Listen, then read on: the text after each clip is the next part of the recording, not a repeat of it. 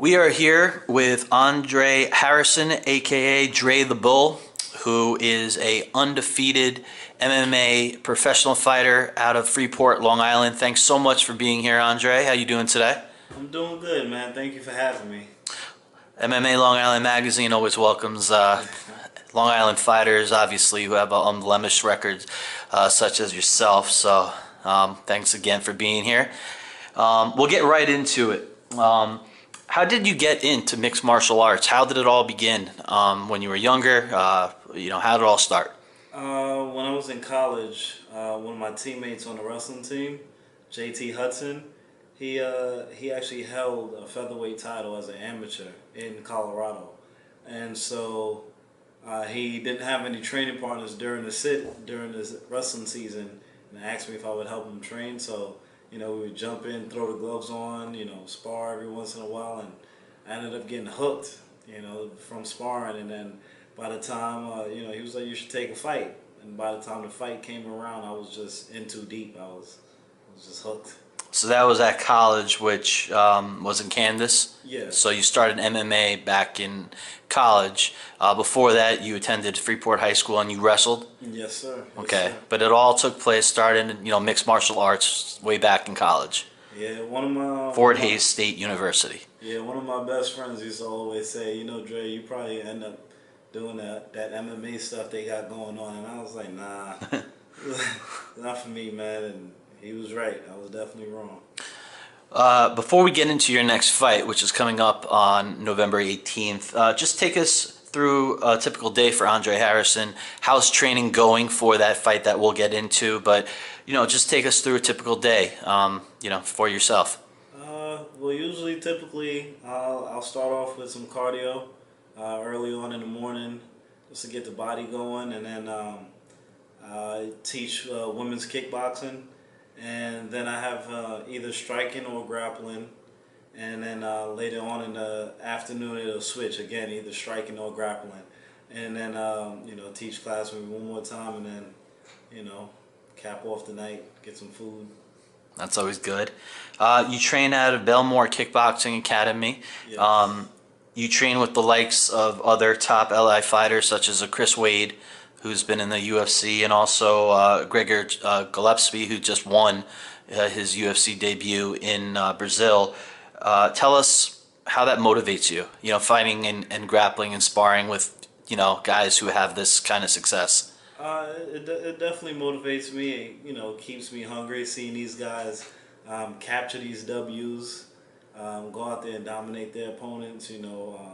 Other people too. My brother Randy Brown, he actually has a fight coming up December 9th as well. A whole bunch of people, man. I've been doing a lot of sparring lately with Chris Algieri, who's world champion boxer. He's been helping me a lot for this fight camp. So, we got just a lot of top athletes in the gym, period. And that's got to definitely help you.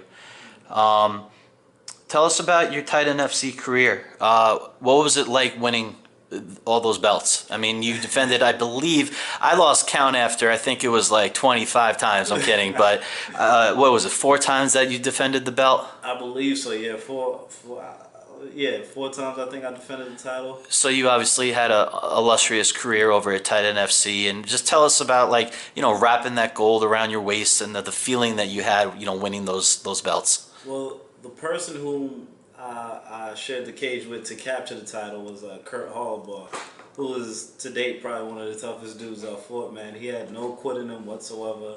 Great gas tank. Actually, me and Kurt still talk to this very day. Just an overall good dude, man, and just being able to be in there with people like that and mix it up and get the better of them, and rack up W's against like top quality guys. People like him, Cody Bollinger, Steven Seiler, what do you call it? The guy from the Black Zillions, I forget his name right now. Desmond Green. Okay. And even my last opponent, Popo Pizzera, who was that was one hell of a fight. Just getting in there, man, and testing yourself over and over and over again. It was a pleasure. Definitely great feeling, experiencing having a fight 5 5-minute rounds. That was also something that a lot of people don't get to experience. So, I'm grateful for those. Well, you beat me to it. I was going to ask you about that last fight, which was on September 9th. Titan FC 41, where you beat Bazera to reclaim your belt once again. Tell us the emotions you felt, winning that fight. That was a big fight for you. Everyone thought that the winner of that fight probably was going to get a chance, for the UFC. You ultimately won. Tell us about that big win for you. That fight, man, He's a big guy. A big prospect. Yeah. Bellator veteran. Yeah, the thing about it was too, like, I'm a fight fan as well. I don't just go in, train, and fight, and I actually enjoy watching other fights and everything. And so, seeing Popo, who fought one of my friends and a casual training partners, Levon Makashvili, he fought him twice and they split. They won one, lost one. And then also watching him fight Marlon Sandro in Bellator, where again he lost a razor sharp decision where I thought he could have won.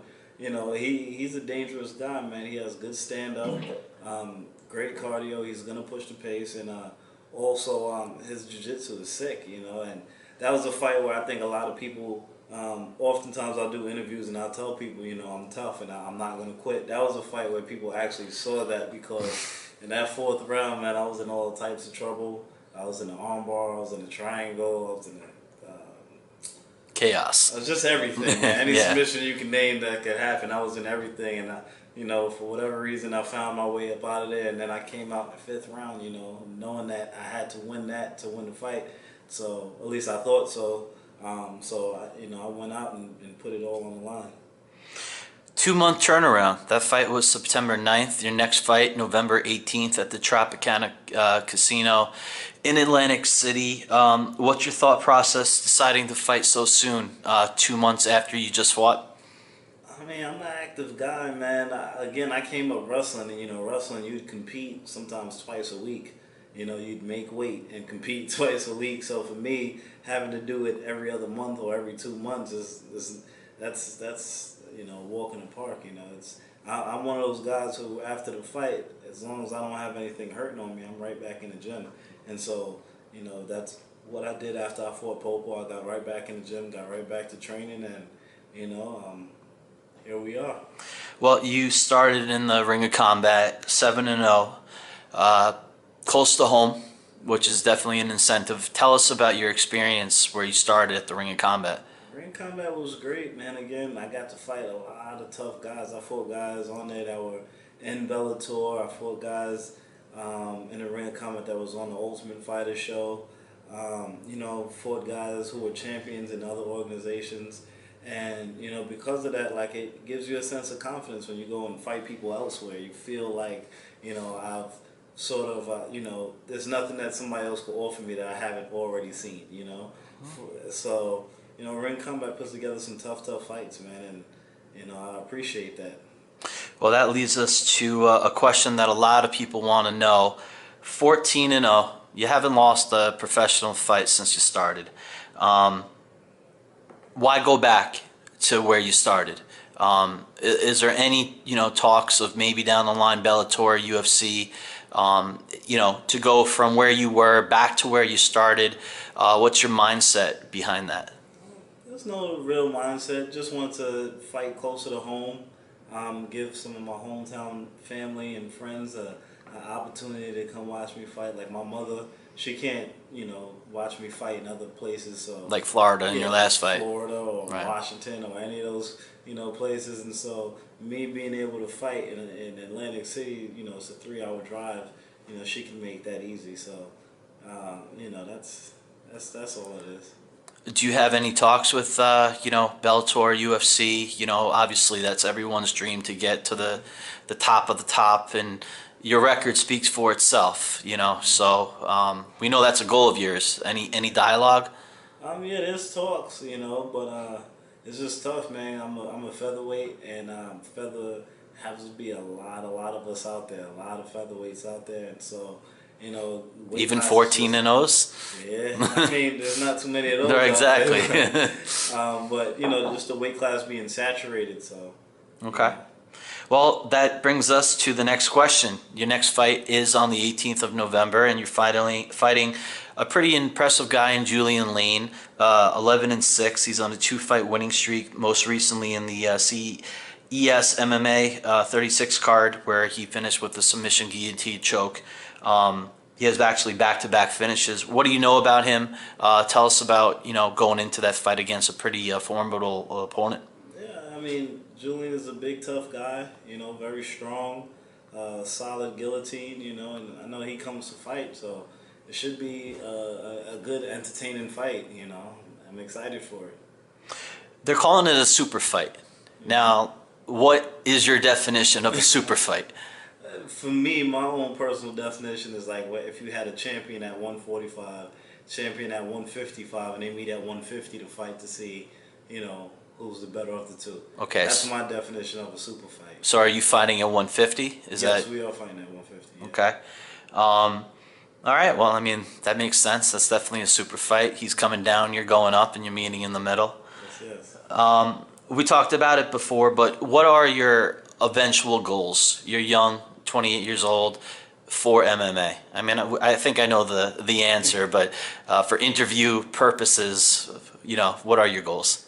I want to be a world champion, man. Whether any one of the bigger organizations for me would do it. I want to be known as the best in the world, or if not, at the very least, one of the best in the world. To come across and get in the octagon. Now, for fans that don't know you, and let's say you're going into your next fight against Julian Lane, what should the casual fan that doesn't know much about Andre Harrison, know? What is your type of fighting? It's gonna be gritty, man. You're gonna see things everywhere. You're gonna see things on the feet. You're gonna see excitement, grappling on the mat. You're gonna see excitement everywhere, and one of the things people know about me is that I have really good cardio, so you can expect an action-packed, high-paced fight. That's for sure. Now, one thing that is fairly new to New York, and you just mentioned that you love watching fights regardless of fighting in them, is MMA is now legalized in New York, and obviously the first fight is November 12th for UFC 205. What are your thoughts as a whole for MMA being legalized in New York? I'm sure one of these days you're going to be fighting, whether it's at Madison Square Garden or Nassau Coliseum or the Barclays Center or upstate, and you mentioned Randy Brown, who's on the Albany card. What's your thought process going with, wow, I could be fighting in my backyard? I mean, it's definitely a great thing, man. My whole when you mention MMA in New York, the first thing that comes to my mind is about time. Took long enough, man. For it to come here, and it's good. You got a lot of top fighters in New York, and they should be allowed to fight in front of their family and friends. Any hobbies outside of fighting? It seems like you're an MMA fighting junkie. You work full time there at Belmore Kickboxing, but you got any other hobbies? That downtime to take your mind away from it. Nothing too exciting, man. I like traveling. If I get a chance, I'll travel. Or basic things. I play pool, hang out with the guys. We talk trash all day, all day long about any and everything possible you can talk trash about. So that's just about it. Last question. If you had to use one word to describe yourself as a fighter, what would it be? Tough. Tough, tough, tough. Yeah, well, we'll 14-0 stands for itself, speaks for itself. Definitely a tough fighter. Most people would agree with that. Andre Harrison's next fight is November 18th at the Trop in Atlantic City. Tickets, you can go and buy them. We will share everything and hopefully a good turnout at the Trop. We want to thank Andre Harrison so much for joining us here on MMA Long Island Magazine. Once again, good luck and thanks so much for joining us, Andre. Thank you. Thank you for having me.